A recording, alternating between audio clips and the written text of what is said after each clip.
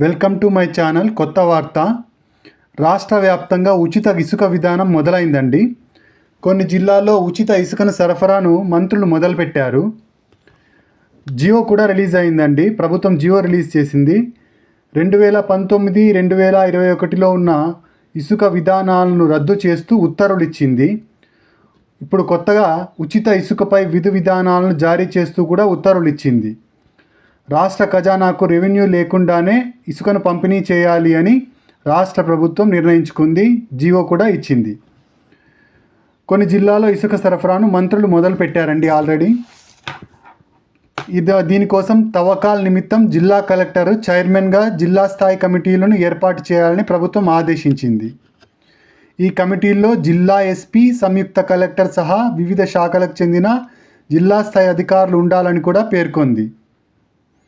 జిల్లాలోని స్టాక్ పాయింట్లు అధీనంలోకి తీసుకోవాలని ప్రభుత్వం ఆదేశించింది. ఈ స్టాక్ పాయింట్లు జిల్లా కలెక్టర్ చైర్మన్గా ఉంటాడు కదండి, ఆ జిల్లా కలెక్టర్ చేతిలో ఉంటాయి. రాష్ట్రంలో వివిధ స్టాక్ పాయింట్లలో 49 లక్షల మెట్రిక్ టన్నుల మేర ఇసుక అందుబాటులో ఉందని ప్రభుత్వం వెల్లడించింది. ఇసుక లోడింగు, రవాణా ఛార్జీలు నిర్ధారించే బాధ్యత కూడా జిల్లా కమిటీలకే ఉంటుందని తెలిపింది. స్టాక్ పాయింట్ల వద్ద లోడింగ్, రవాణా చెల్లింపులు కేవలం డిజిటల్ విధానం ద్వారానే జరపాలని స్పష్టం చేసింది. ఇంతవరకు ఛానల్ను సబ్స్క్రైబ్ చేసుకోకపోతే మీరు దయచేసి ఛానల్ని సబ్స్క్రైబ్ చేసుకోండి, లైక్ చేసుకోండి. మీరు ఇచ్చే లైక్, మీరు చేసే సబ్స్క్రైబ్ మాకు ఎంతో సాటిస్ఫాక్షన్ ఇస్తాయండి. సో ఇలా ఉండగా ఇలా ఇచ్చే ఇసుకను తిరిగి విక్రయించరాదని కూడా ప్రభుత్వం పేర్కొంది.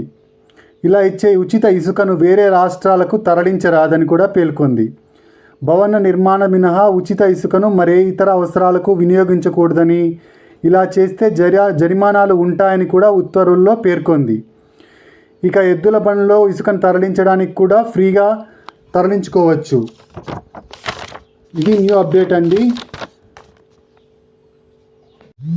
సో అఫీషియల్గా జియో రిలీజ్ అయిపోయిందండి. ఈ జియో ద్వారా ఆంధ్రప్రదేశ్ ప్రభుత్వంలో ఉచిత ఇసుక పంపిణీ అనేది ఇప్పటి నుంచి మొదలవుతుంది. దయచేసి ఛానల్ను సబ్స్క్రైబ్ చేసుకోండి, లైక్ చేయండి.